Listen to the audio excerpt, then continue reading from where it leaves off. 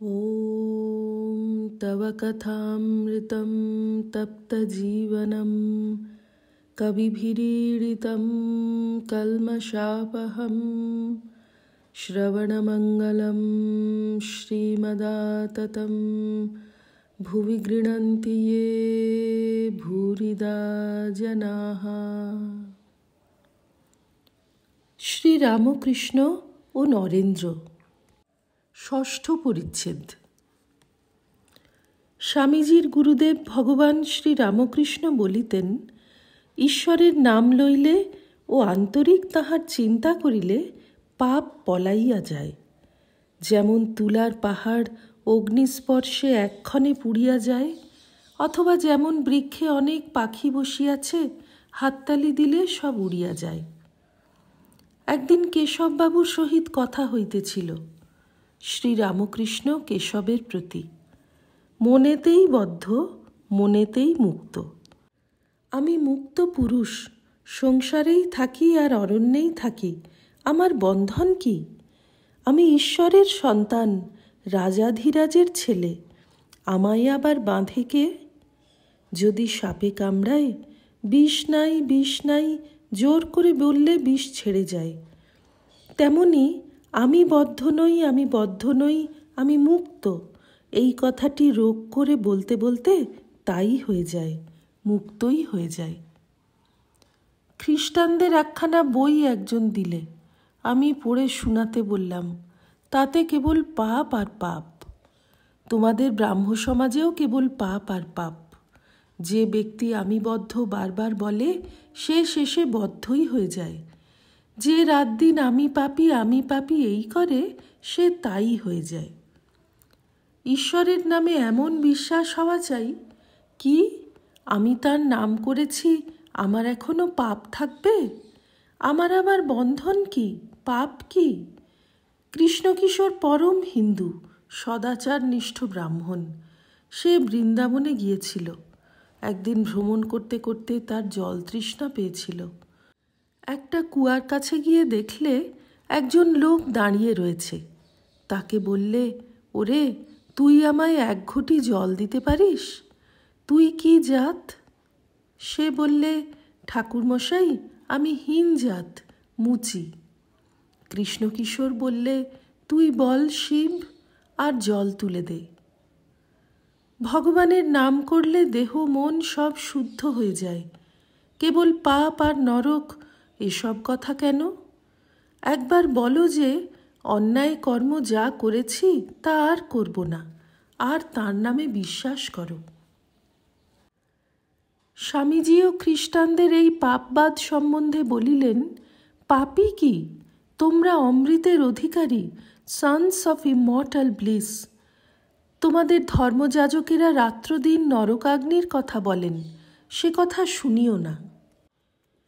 তোমরা ঈশ্বরের সন্তান, অমৃতের অধিকারী, পবিত্র ও পূর্ণ, মর্তভূমির দেবতা। তোমরা তোমরা পাপী। মানুষকে পাপ বলাই এক মহাপাপ।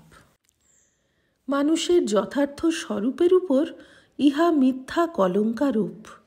ওঠো, এসো, সিংহস্বরূপ হইয়া তোমরা নিজেদের মেষতুল্য মনে করিতেছ। ভ্রম জ্ঞান দূর করিয়া দাও। তোমরা অমর আত্মা, মুক্ত আত্মা, চির আনন্দময়। তোমরা জড় নও, তোমরা দেহ নও। জড় তোমাদের দাস, তোমরা জড়ের দাস নও। আমেরিকার হার্টফোর্ড নামক স্থানে স্বামী বক্তৃতা করিবার জন্য নিমন্ত্রিত হইয়াছিলেন। এখানকার আমেরিকান কনসাল প্যাটারসন তখন সেখানে উপস্থিত ছিলেন ও সভাপতির কার্য করিয়াছিলেন। স্বামী আবার খ্রিস্টানদের পাপবাদ সম্বন্ধে বলিলেন, যদি ঘর অন্ধকার হয়, তাহলে অন্ধকার অন্ধকার করিলে কি হইবে? আলো জ্বালো, তবে তো হবে। স্বামী পরমহংসদেবের কাছে একটি গল্প শুনিয়াছিলেন, সেই গল্পটি বলিলেন। একটা বাঘিনী একটা ছাগলের পাল আক্রমণ করেছিল। পূর্ণ গর্ভা, তাই লাফ দিতে গিয়ে ছানা হয়ে গেল। বাঘিনীর মৃত্যু হলো। ছানাটি ছাগলের সঙ্গে মানুষ হতে লাগলো, আর তাদের সঙ্গে ঘাস খেতে লাগলো ও ভ্যাঁ ভ্যাঁ করতে লাগলো। কিছুদিন পরে সে ছানাটি বেশ বড় হলো। একদিন ছাগলের পালে আরেকটি বাঘ পড়ল। সে দেখে অবাক যে একটা বাঘ ঘাস খাচ্ছে আর ভ্যাঁ ভ্যাঁ করছে, আবার তাকে দেখে ছাগলের মতো পালাচ্ছে। তখন তাকে ধরে জলের কাছে নিয়ে গেল ও বললে, তুইও বাঘ, তুই ঘাস খাচ্ছিস কেন আর ভ্যাঁ ভ্যাঁ করছিস কেন? দেখ আমি কেমন মাংস খাচ্ছি, তুইও খা। ওই দেখ জলে তোর মুখ দেখা যাচ্ছে আমার মতো। বাঘটা সব দেখলে, মাংসেরও আস্বাদ পেলে। সপ্তম পরিচ্ছেদ। একদিন শ্রী রামকৃষ্ণ ও বিজয়কৃষ্ণ গোস্বামী দক্ষিণেশ্বরে কালীবাড়িতে কথাবার্তা কহিতেছিলেন। শ্রী রামকৃষ্ণ বিজয়ের প্রতি, কামিনী কাঞ্চন ত্যাগ না করলে লোকশিক্ষা দেওয়া যায় না। দেখো না, কেশব সেন ওইটি পারলে না বলে কি হলো শেষটা। তুমি নিজে ঐশ্বর্যের ভিতর, কামিনী কাঞ্চনের ভিতর থেকে যদি বলো সংসার অনিত্য, ঈশ্বরই বস্তু, অনেকে তোমার কথা শুনবে না। আপনার কাছে গুড়ের নাগরি রয়েছে, পরকে বলছো গুড় খেও না। তাই ভেবে চিনতে চৈতন্যদেব সংসার ত্যাগ করলেন, তা না হলে জীবের উদ্ধার হয় না।